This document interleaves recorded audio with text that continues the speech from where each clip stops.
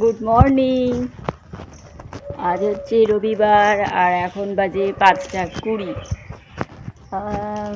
সবাই কেমন আছেন? আমি মোটামুটি ভালোই আছি। রূপা ডেইলি লাইফস্টাইলে আপনাদের সবাইকে স্বাগতম। সকালে ঘুম থেকে উঠে বাইরের পরিবেশটা অবশ্যই প্রত্যেক দিন বলি যে একবার করে দেখি। তো আজও ঠিক চলে আসলাম আর সকালের এই বাইরের পরিবেশ থেকেই আপনাদের সঙ্গে আমি গল্প করা বা আমার ব্লগটা শুরু করলাম। রবিবার তো একটু কাজের চাপ থাকেই, ঠিক তেমনই আজকের একটু কাজের চাপ আছে।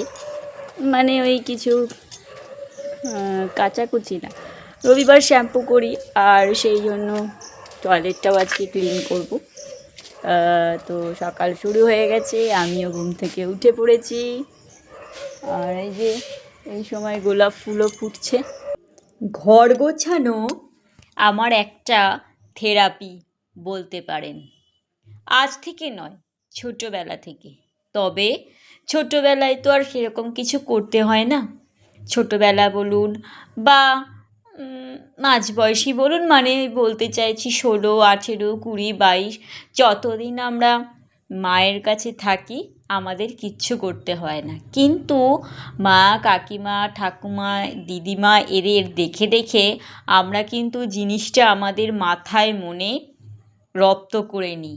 শুধু হাতে কলমে করি না, কিন্তু ধরুন মায়েরা যদি কোথাও যায় বা মায়েদের শরীর খারাপ হয়, তখন ওই 1 দিন 2 দিন বা এক বেলার জন্য যেটুকু কাজ আমরা করে থাকি, তাতেই কিন্তু বোঝা যায় যে আমরা চোখে দেখে যেটা শিখেছি রপ্ত করে নিয়েছি। কিন্তু মায়েরা কি আর করতে দেয়? মায়েরা তাদের শত কষ্ট হলেও আমরা যখন রোদ থেকে বাড়ি ফিরে আসি, মুখের সামনে খাবার জল মায়েরাই দেয়। তো যাই হোক, যেটা বলছিলাম যে হ্যাঁ, ঘর গোছাতে আমি আমার মতন কম বেশি ভালোবাসি। আর আমি জানি আমরা প্রত্যেকটা দিদিভাইরা ঘর গোছাতে ভালোবাসি, কারণ ওটাই তো আমাদের ছোট থেকে শেখানো হয়, তাই না? মেয়েরা হচ্ছে ঘরের লক্ষ্মী, তারা ঘরটাকে সুন্দর করে সাজাবে। তার মানে এই নয় যে মেয়েরা বাইরের কাজ করতে পারে না বা করবে না বা করে না। আমিও তো ভীষণ ভালোবাসি ঘরের কাজ আর বাইরের কাজ দুটোই একসাথে করতে। না, কোনো চাকরি আমি কোনো দিনও, চাকরি বলতে মানে সেই রকম বিশেষ কিছু চাকরি আমি কোনো দিনও করিনি। কিন্তু ধরুন এই বাজার দোকান বাবা খুব অল্প বয়সে হারায়। তারপরে বাইরের বাজার রেশন করা, বাজার করা, ইলেকট্রিক অফিসে যাওয়া, মায়ের সাথে এখানে ওখানে যাওয়া আমি আর আমার বোন আমরা দুজনেই করেছি।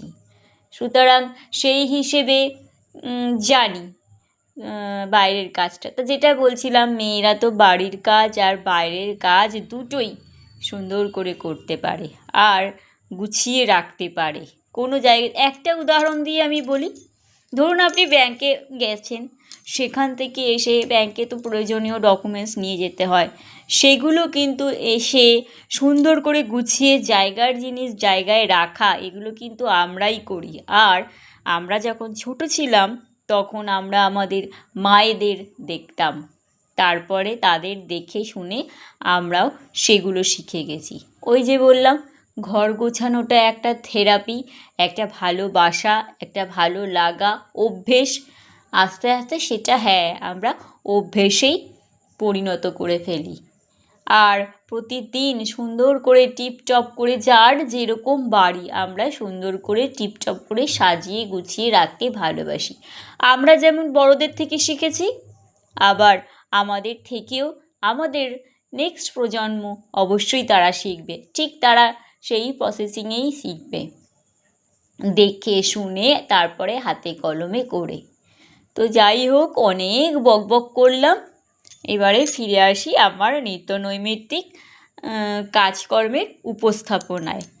তো দেখতেই পাচ্ছেন বাসি কাজ প্রায় শেষের দিক। আজ তো আবার সকাল 8টা 8:30টার সময়েই একবার বৃষ্টি হয়ে গেল। অল্প অল্প হয়েছিল, তবেও তাও হয়ে গেছে। আর আজ যেহেতু রবিবার তো আমার ভিডিও যারা দেখেন তারা জানেন যে রবিবার দিন শ্যাম্পু করি, টয়লেটটা ঠিকঠাক করে পরিষ্কার পরিচ্ছন্ন করি। তো স্নান করে উঠে ছোটোবেলা থেকেই মা বলতো যে শ্যাম্পু করলে সঙ্গে সঙ্গে মাথার আঁচড়াবি না, এতে অনেক চুল পড়ে যায়। তো আমিও বা আমার বোন আমরা দুজনেই সেইভাবেই চলি, সঙ্গে সঙ্গে মাথা আঁচড়াই, মানে জটটা ছাড়াই না বা গিঁটটা ছাড়াই না, সেটা পরে আস্তে আস্তে যখন সময় হলেই অটোমেটিক গিঁট খুলে যায়, সেটা আমরা জানি সবাই। তো স্নানও হয়ে গেছে, পুজোও প্রায় দেয়া হয়ে গেছে। আর এবারে আমি চলে যাব রান্নাঘরে। আজকে তো সবজি কাটাই ছিল না, মানে কাটতে দেরি হয়ে গেছিলো, সেই জন্য সবজি কেটে রান্না করতে একটু সময় লাগলো। তবে হ্যাঁ, বিশেষ কিছু আইটেম তো করতে হয় না, তাই সবজি কেটেও মানে রান্নার সময় সবজি কেটেও রান্না করতে খুব একটা বেশি দেরি হয়নি। করলাম ঢ্যাঁড়স আলু ভাজা, আগের দিনের মানে শুক্রবারের ছোলার ডাল করেছিলাম ওই কাঁঠালের দানা দিয়ে। সেটাকে শনিবার দিন খেতে পারতাম, নিরামিষ করেই করেছিলাম, কিন্তু ব্যাপারটা হচ্ছে করেছিলাম শুক্রবার, আর শুক্রবার দিন সেদিন আমিষ রান্নাও হয়েছিল, মাছের ঝোল করেছিলাম যতদূর মনে হচ্ছে। তো এইভাবে মানে একই হাতা খুন্তি সাঁড়াশি সবেই লাগালাগি হয়ে গেছে বলে সেটা আমি আর শনিবার দিন বার করিনি। আর ডাল তো আমি মোট কিছুতেই একদিনের মতো করতেই পারি না, আমার ডাল করলেই 2 দিন হয়ে যায়, তো রেখে দিয়েছিলাম, তো সেই জন্য ডাল করতে হলো না। ঢ্যাঁড়স আলু ভাজা করলাম ডালের জন্য। আর কতগুলো পার্শে মাছ ছিল, মানে খেয়ে নেওয়ার পরে অল্প কতগুলো ছিল, তাও মাছের মাথাগুলো কয়েকটা খুলে গেছে, তাও গোনাগুনতি করে দেখলাম যে প্রায় 5 থেকে 6 পিস মতন তো ছিলই, সেগুলোকে রান্না করে ফেললাম। আর এই যে দেখুন বৃষ্টি পড়ছে, আজকে সারা দিন বৃষ্টি হয়েছে, তবে সারাদিন বলবো না, 3টের পর থেকে আকাশ পরিষ্কার হয়েছিল, যার জন্য আমি গা ধোয়ার পরে জামা কাপড়গুলো বাইরে দিয়ে আসলাম যে 6টা অবধি বাইরে থাকবে, অন্তত কিছুটা টেনে যাবে। ও বাবা, 5টার সময় দেখলাম আবারও অন্ধকার করে আসলো, কিন্তু না, 3টের পর থেকে আর বৃষ্টি হয়নি।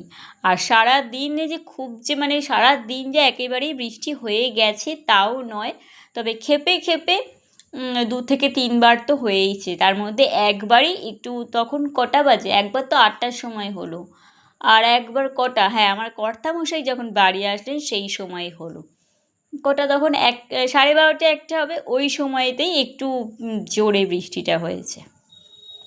আর এই যে আমি ঢ্যাঁড়স আলু ভাজার মধ্যে কাঁচা লঙ্কা আর পেঁয়াজ কুচি করে দিলাম, আর নুন হলুদ যেমন দেয় সেইভাবেই অল্প জল দিয়ে, যেহেতু আলুগুলো আমি একটু বড় করেই মানে একটু মোটা করে কেটেছিলাম, একদমই কুচি করিনি, তাই সামান্য জল দিয়ে ঢেকে রেখে করেছি।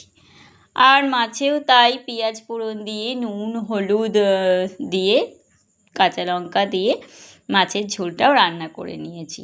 সেই মাছের ঝোল থেকে আবারও রয়ে গেছে কিছুটা, কারণ কর্তামশাই যখন খেতে বসেন গরম ভাত দেখলে সে ঘি না নিয়ে আর থাকে না, আর ঘি নিলে তার একটা আইটেম ওইখানেই হয়ে গেল, মানে তার 3টে আইটেম হয়ে গেল, ঘি, ডালের সাথে ভাজা আর মাছের ঝোল, আর কি সে খায়, ব্যাস, তার তো 2টো আইটেমেই অনেকটা। সেই জন্যই আবার সে মাছের ঝোলটা খুবই সামান্য 1-2খানা মাছ নিয়েছে কি নেয়নি, মাছের ঝোল রয়ে গেছে। আজও আবার অনলাইনে জিনিস চলে আসলো, আর এটা যেমন তেমন জিনিস নয়, অত্যন্ত প্রয়োজনীয় জিনিস, আমার পায়ের বেল্ট। পায়ে তো বেল্ট পরা থাকে, আপনারা যারা ভিডিও দেখেন আমি বলেছিলাম যে পায়ে বেল্ট পরা থাকে, তো সেই জন্যেই হাতে রাখার একটা তো পরে আছি, কিন্তু বাইরে টাইরে গেলে যেটা সবসময় পরি সেটা বাইরে পরে যাওয়া যায় না, সেই জন্য ও অনলাইনে আবার একটা মানে 2 পায়ের জন্য 1 সেট পায়ের বেল্ট এনে দিয়েছে। আর এই যে আমার ডাল, আগের দিনের ডাল, ঢ্যাঁড়স আলু ভাজা, আর এই যে মাছের ঝোল, এখান থেকে যা মাছ রয়েছে আবার আগামীকাল মনে হয় আমার হয়ে যাবে, এবারে দেখতে হবে আগামীকাল কি রান্না করব। আর রাত্রে তো ওই একই খাবার থাকে, কাঁঠাল আর রুটি, তো গরম গরম একদম ভাত পাতে দিয়ে দিয়েছি, আর গরম ভাত দেখলে আমার কর্তামশাই অবশ্যই ঘিটা সে নেবেই, তার ঘিটাই একটা আইটেম, আর তারপর আমার মাথা যায় গরম হয়ে, তুমি ঘি নিচ্ছ নাও, তার বলে কি একটা আইটেম কম খাবে, তাহলে তো সেটা আবার পরের দিন বাসি খেতে হয়, ওই তাই করতে হয়, আজকের রান্না কালকে এরাই করতে হয়। এরপর খাওয়া দাওয়ার পর বাসন কোসনগুলো মেজে নিলাম।